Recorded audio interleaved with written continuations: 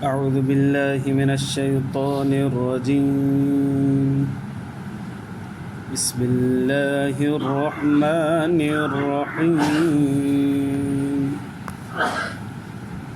إنني أنا الله لا إله إلا أنا فاعبدني وأقم الصلاة لذكري. درود شريف. اللهم صل على سيدنا محمد وعلى آل سيدنا رب زدنا علما وارزقنا فضلا.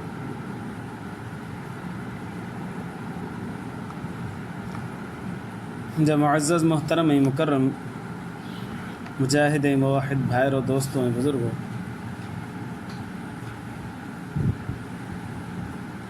फजर नमाज जो वक्त तकरीबन 1.5 कलाक होंदो आहे।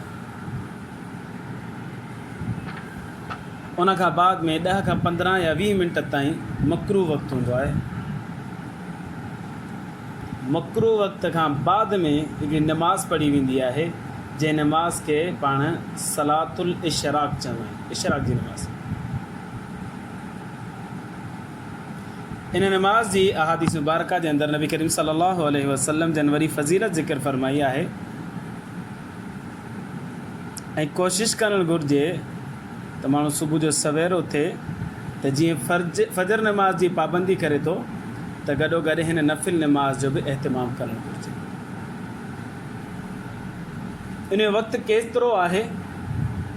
इशराक जो वक़्तु मकरू टाइम जीअं ख़तमु थिए थो उन वक़्त खां पोइ शुरू थिए थो हल हला ज़वाल ताईं वक़्तु आहे। जेसीं ज़वाल नथो थिए तेसीं ताईं इशराक जो वक़्तु आहे। माण्हू केॾी महिल बि पढ़ी सघे थो। पोइ 9 बजे पढ़े, 10 बजे पढ़े, 11 बजे पढ़े, 12 बजे पढ़े, जेसि ताईं माना ज़वाल नथो थिए तेसि ताईं इशराक जो वक़्तु आहे। इन वक़्त में माण्हू इन नमाज़ खे अदा करे सघे थो।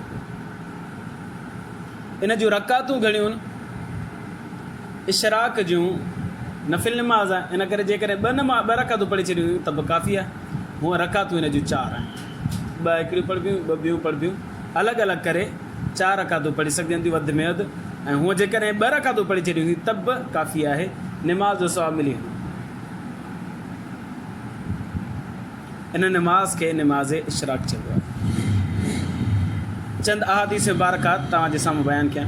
हज़रत अनस बिन मालिक रज़ी अल्लाह ताला अन्हु जन फरमाइंदा क़ाल रसूलुल्लाह सल्लल्लाहु अलैहि वसल्लम मन सल्लल ग़दात फी जमाअतिन।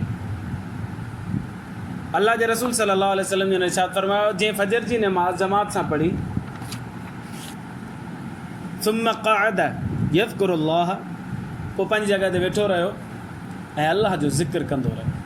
फजर नमाज़ पढ़ी ऐं अल्लाह जो ज़िक्र कंदो रहियो हत्ता तत्लु अश-शम्स, हत्ता की सिज उभरी आयो। सुम्म सल्ला रकातैन, पोइ 2 रकातूं पढ़ी। कानत लहू क अजरि हज्जतिन व उमरतिन, इन अल्लाह जे बाने खे अल्लाह तबारक व ताला हज ऐं उम्रे जो सवाब अता फरमाईंदो 2 रकात सिर्फ़ पढ़ण सां। काल रावी चए थो हज़रत अनस बिन मालिक रज़ी अल्लाह अन्हु पाण फरमाए थो क़ाल रसूलुल्लाह सल्लल्लाहु अलैहि वसल्लम ताम्मह 3 दफ़ा नबी सल्लल्लाहु अलैहि वसल्लम ताम्मह जा लफ़्ज़ फरमायो, माना कामिल हज ऐं उम्रे जो सवाब मिलंदो, कामिल हज ऐं उम्रे जो सवाब मिलंदो, मक़बूल हज ऐं उम्रे जो सवाब मिलंदो। हिकिड़ी रिवायत इहा तिरमिज़ी शरीफ़ जे अंदरि। ॿी रिवायत अबू उमामा रज़ी अल्लाह ताला अन्हु जन फरमाइनि था क़ाल रसूलुल्लाह सल्लल्लाहु अलैहि वसल्लम मन सल्ला सलातल ग़दाति फी जमाअतिन, जे अल्लाह जे बाने फजर जी नमाज़ पढ़ी जमात सां गॾु, सुबुह जो सवेर उथियो आयो मस्जिद में जमात सां नमाज़ पढ़ी, सुम्म जलस यज़कुरुल्लाह, नमाज़ ख़तमु थी वई, दुआ थी वई, हाणे वेठो रहियो अल्लाह जो बानो ऐं अल्लाह जो ज़िक्र कंदो रहियो हत्ता तत्लु अश-शम्स, हत्ता के सिज उभरी आयो। पाण नमाज़ पढ़ंदा आहियूं न, फजर जी नमाज़ उहा सिज जे उभरण खां तक़रीबन 1/2 कलाक पहिरीं पढ़ंदा आहियूं। 10 मिंट तक़रीबन नमाज़ खे थी था वञनि। फजर नमाज़ पाण 10 मिंट लॻी था वञनि, हाणे वञी 20 मिंट रुकी वेहणो आहे, ज़िक्र फ़िक्र करणो आहे। 20 मिनट का बाद में मकरू टाइम शुरू थी वेंदो। पंहिंजे हितां जे हिसाब सां 10 मिंट आहे, किथे 12 मिंट हूंदा, किथे 15 मिंट हूंदा, किथे 20 मिंट बि हूंदो आहे, पंहिंजे हितां जे हिसाब सां 10 मिंट आहे। माना 20 मिंट हिकिड़ा विहणो आहे, 10 मिंट ॿिया विहणो आहे, अधु कलाकु विहणो आहे, अधु कलाक खां पोइ 2 रकात माण्हू पढ़िजे। हत्ता तत्लुअ अश-शम्स, वेठो रहियो ज़िक्र फ़िक्र कंदो रहियो हत्ता की सिज उभिरी आयो। सुम्म क़ाम, पोइ उथियो, फ़रकअ रकातैन, पोइ हुन 2 रकातूं पढ़ियूं। इनक़लब बिअज्रि हज्जतिन व उमरतिन, इहो अलाह जो बहानो मोटियो इन हाल में जो अलाह से हिनखे हज जो बि सवाब अता फ़रमायो ऐं उमिरे जो बि सवाब अता फ़रमायो। इहा तिबरानी शरीफ़ जी रिवायत आहे। पहिरीं रिवायत जो रावी हज़रत अनस बिन मालिक रज़ी अल्लाह अन्हु, ॿी रिवायत जो रावी हज़रत अबू उमामा बाहिली रज़ी अल्लाह ताला अन्हु, टी रिवायत अब्दुल्ला बिन उमर रज़ी अल्लाह ताला अन्हु फरमाए थो, हीउ नबी सल्लल्लाहु अलैहि वसल्लम जो चहीतो साहबी सॻो हज़रत उमर बिन ख़त्ताब रज़ी अल्लाह अन्हु जो पुटु अब्दुल्ला बिन उमर रज़ी अल्लाह अन्हु, वो फरमाए तो नबी करीम सल्लल्लाहु अलैहि वसल्लम ने छा फरमाया, मन सल्ला सुबह थुम्म जलस फी मजलिसी,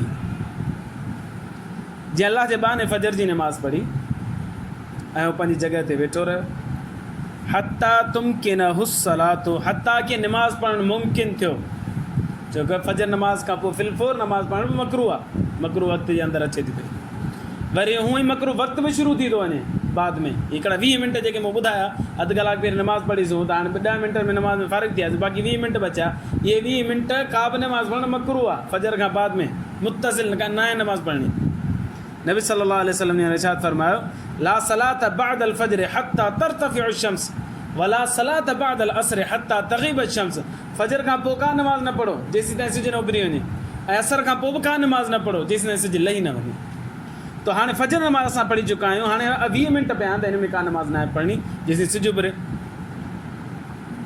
हत्ता तुमकिनहु सलातो, ही 20 मिंट बि न पढ़ी नमाज़, वरी मकरूह ते शुरू थी वियो सिज जे उभरण वारो, उन में बि नमाज़ न पढ़ी, हत्ता के नमाज़ पढ़ण जो वक़्तु सही थी वियो, मुमकिन थी वियो नमाज़ पढ़णु, मकरूह वक़्तु ख़तमु थी वियो। कानत बिमंज़िलत उमरतिन व हज्जतिन मुतक़ब्बलतैन, इहो ईअं थियो 2 रकातूं पढ़ी नमाज़, इहो ईअं थियो ॼण अलाह तबारक व तआला हिनखे हज जो बि सवाबु ॾिनो, उमिरे जो बि सवाबु ॾिनो, पर क़बूल हज ऐं उमिरे जो सवाबु अता कयोसीं। इहा अल-मुअजमुल औसत लितिबरानी जी रिवायत आहे। 3 रिवायतूं मूं अव्हां जे साम्हूं ज़िक्र कयूं। हाणे सुवालु पैदा थींदो, 3 रिवायतुनि में नमाज़ पढ़ण खां पोइ ज़िक्र कंदो रहे, हाणे ज़िक्र में छा छा शामिल आहे? नंबर 1, हिकिड़ा अज़कार आहिनि जेके माण्हू ज़बानी करे थो, मसलन सुभान अल्लाह, अल्हम्दुलिल्लाह, अल्लाहु अकबर, ला इलाहा इल्लल्लाह, ला हौला वला कुव्वता इल्ला बिल्लाह, अस्तगफिरुल्लाह, इहे सभु ज़िक्र में शामिल आहे। इन खां अलावा जेकॾहिं दुरूद शरीफ़ पढ़े थो उहो बि ज़िक्र में शामिल आहे। इन खां अलावा जेकॾहिं तिलावत करे थो त इहो बि ज़िक्र में शामिल आहे। इन खां अलावा जेकॾहिं वाज़ो नसीहत हले थो, दर्स हले थो पियो, हिकिड़ो ॿुधाए थो पियो, ॿिया ॿुधनि था पिया, त इहे बि ज़िक्र में शामिल आहे। माना इन नेकी जे कमनि मां को बि नेकी जो कमु कयईं, सम्झो त उहो ज़िक्र में वेठो आहे, ज़िक्र में मशगूल आहे। तिलावत करे नथो, भला तिलावत ॿुधे थो त बि ज़िक्र में मशगूल आहे, तस्बीह पढ़े थो त बि ज़िक्र में मशगूल आहे। त हिन रिवायतुनि जे अंदरि जेको अचे थो त नमाज़ खां बाद में वेठो रहियो ऐं ज़िक्र कंदो रहियो, त हाणे ज़िक्र जी हद छा आहे? ज़िक्र जी का हद ई कोन्हे, जेको बि नेकी जो कमु आहे उहो सम्झो ज़िक्र में शुमार थी वियो। हिकिड़ो सुवालु, ॿियो सुवालु इहो पैदा थींदो त हिते हदीस मुबारका में अचे थो नमाज़ पढ़ी पोइ वेठो रहियो, पर वेठो न, पंहिंजी जॻह तब्दील करे छॾे, कुट में वञी वेठो, पहिरीं सफ़ खां ॿी सफ़ में वञी वेठो, या सफ़ा चौथी सफ़ में वञी वेही रहियो, जॻह त तब्दील करे छॾी न, पोइ हुनखे हीअ फज़ीलत हासिलु थींदी न थींदी, सवाबु हासिलु थींदो या न थींदो? जवाबु न जो इहो आहे। त उलमा किराम फरमाईंदा जेकॾहिं मस्जिद में वेठो ई आहे त ईअं सम्झो त हिकिड़ी मजलिस में वेठो आहे, भले जॻह तब्दील करे, को फ़र्क़ु कोन पवंदो। लिहाज़ा जेकॾहिं पंहिंजी जॻह नमाज़ खां बाद में तब्दील करे छॾी फजर नमाज़ खां बाद में बि, त हुनखे अलाह तबारक व तआला हीअ फज़ीलत अता फ़रमाईंदो, यानी 2 रकात इशराक पढ़ण सां हज ऐं उमिरे जो कामिल सवाबु अलाह साईं हुनखे अता फ़रमाईंदो, भले जॻह चेंज करे। सवालु, साईं घणनि माण्हुनि खे कमु आहिनि, मसइलन हिकिड़नि खे वाक करणी आहे, हिकिड़नि खे घर जो सामान वठिणो आहे, हिकिड़नि खे खीर वठिणो आहे, कंहिंखे भाॼी वठणी आहे, कंहिंखे कहिड़ो कमु आहे, कंहिंखे कहिड़ो कमु आहे, उहो फजर पढ़ी हलियो वियो, वञी करे बाद में वांदो थी करे अची मस्जिद में नमाज़ पढ़ी या घर में नमाज़ पढ़ी, पोइ उनखे इहो अजर मिलंदो या न मिलंदो? जवाबु हिन जो इहो आहे, आलिमनि सगोरनि लिखियो त जेकॾहिं हू इन दुनियावी कमनि में मशगूल थी वियो पर हू ज़िक्र में मशगूल रहियो, अल्लाह अल्लाह कंदो रहियो, सुभान अल्लाह पढ़ंदो रहियो, अस्तगफिरुल्लाह पढ़ंदो रहियो, दुरूद शरीफ़ पढ़ंदो रहियो, त बि हुनखे अल्लाह तबारक व तआला हिन फ़ज़ीलत में शामिलु फ़रमाईंदो, इहो अजर अता फ़रमाईंदो। भले वञे घुमे फिरे, पंहिंजा कम बि पूरा करे, अल्लाह अल्लाह कंदो रहे, वञे थो दुकान ते खीर वठणु, अल्लाह अल्लाह कंदो रहे, तस्बीह पढ़ंदो रहे, इस्तग़फ़ार पढ़ंदो रहे, कुल अल्लाह अल्हम्दुलिल्लाह पढ़ंदो रहे, अल्लाह सां हिन खे कामिल हज जी उमिरि जो वापसि अची करे 2 रकात पढ़े कामिल हज जी उमिरि जो सवाबु अता फ़रमाईंदो 2 रकातुनि जे पढ़ण जे करे। अञा ॿियो सुवालु पैदा थियो, साईं मशगूल थी वियो दुनियावी कमनि जे अंदरि, निमाज़ देरि सां वञी पढ़ी, इशराक पढ़ी पर देरि सां पढ़ी, हाणे हू ज़िक्र बि नथो करे, न कमकार में मसरूफ़ थी वियो, ज़िक्र बि नथो करे, त आया उनखे इहा फ़ज़ीलत हासिलु थींदी? मसलन कमकार अहिड़ो मसरूफ़ थियो 10 बजे यादि आहे, साढ़े मुंहिंजी इशराक कोन न आहे पढ़ी, मूंखे पढ़णी आहे, मां पढ़ां, वञी घर पढ़े थो या ऑफिस में पढ़े थो या दुकान ते पढ़े थो, आया उनखे कामिल हज जी उमिरि जो सवाबु थींदो या न थींदो?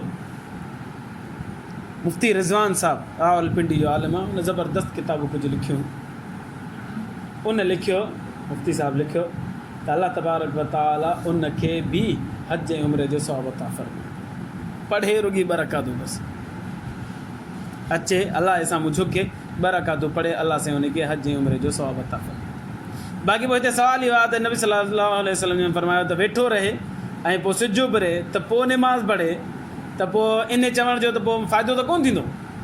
इहे नबी करीम सल्लल्लाहु अलैहि वसल्लम जा नौज़ुबिल्लाह अल्फ़ाज़ ज़ाया थी विया। त हुनजो जवाबु इहो ॾिनो वेंदो आहे, मंतिकी जवाबु, त हीअ क़ैद इत्तिफ़ाक़ी आहे, क़ैद एतिराज़ी न आहे। छा मतिलबु इहा त उमूमन साहबा किराम ईअं ई कंदा हुआ, त उन्हनि खे इहो कमकार कोन हूंदो त सवेरे सवेरे वेही करे नमाज़ पढ़ी वरी वेठा ई हूंदा हुआ ऐं पोइ वरी सिज उभिरे हिते हीअ नमाज़ पढ़ंदा हुआ। इन करे नबी करीम सल्लल्लाहु अलैहि वसल्लम उन्हनि जी मुआफ़िक़त कंदे इहे अल्फ़ाज़ फरमाया। पर जेकॾहिं केरु हलियो थो वञे, कमकार मसरूफ़ थियो थी वञे, बाद में इशराक थो पढ़े, त उहो बि हिन फ़ज़ीलत खां ख़ाली न रहंदो, अल्लाह से हुनखे अजर अता फ़रमाईंदो।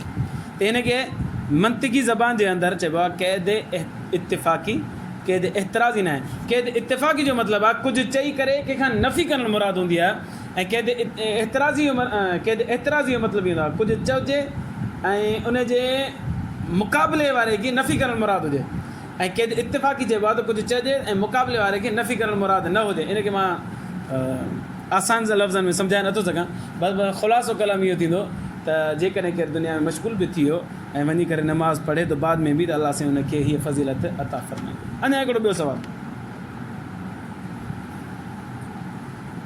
हिकिड़ो माण्हू आदी आहे इशराक पढ़ण जो, नबी करीम सल्लल्लाहु अलैहि वसल्लम ने मना फरमायो इहो अल्लाह जो बानो ईद वारे ॾींहं ते, पोइ ईद उल अज़हा हुजे या ईद उल फितर हुजे, इशराक न पढ़े, इशराक न पढ़े, वञे नमाज़ पढ़ी ईद जी तयारी करे बसि, इशराक छुटी माफ़ आहे। पर हू पढ़ंदड़ आहे, हमेशह पढ़े थो पियो, इशराक ईद वारे ॾींहुं पढ़ंदो त मकरूह आहे, न पढ़णु घुरिजे, सिर्फ़ु ईद ई नमाज़ पढ़णी आहे। ईद जो टाइम उहो ई आहे जेको इशराक जो टाइम आहे, माना सिज उभिरे खां वठी ज़वाल ताईं यको ईद जो टाइम आहे। असां पढ़ंदा आहियूं 9 बजे 7 बजे 6 बजे 9 बजे 10 बजे एसि ताईं ईदूं तव्हां ॿुधियूं हूंदियूं, पर इशराक ईद जी नमाज़ जो टाइम ज़वाल ताईं आहे। जेकॾहिं केरु 1 बजे पढ़े थो ऐं ज़वाल कोन थियो आहे त बि नमाज़ थी वेंदी हूंदी, त पोइ उन ॾींहुं अल्लाह तबारक व तआला ईद नमाज़ रखी, इशराक नथो पढ़े, अल्लाह तबारक व तआला ईद जे एवज़ में हुनखे इशराक जो बि सवाबु अता फ़रमाईंदो ऐं ईद नमाज़ जो बि सवाबु अता फ़रमाईंदो। भले हुन ॾींहुं ईद नमाज़ न पढ़े, मकरूह आहे, मस्जिद में पढ़ंदो त बि मकरूह आहे, घर में पढ़ंदो त बि मकरूह आहे। अल्लाह कंदो आहे, अल्लाह तबारक व तआला हिन नफ़िल नमाज़ जो मूंखे ऐं अव्हांखे एतमाम करण जी तौफ़ीक़ अता फ़रमाए। आख़िर दावाना अनिल हम्दुलिल्लाह। अल्लाह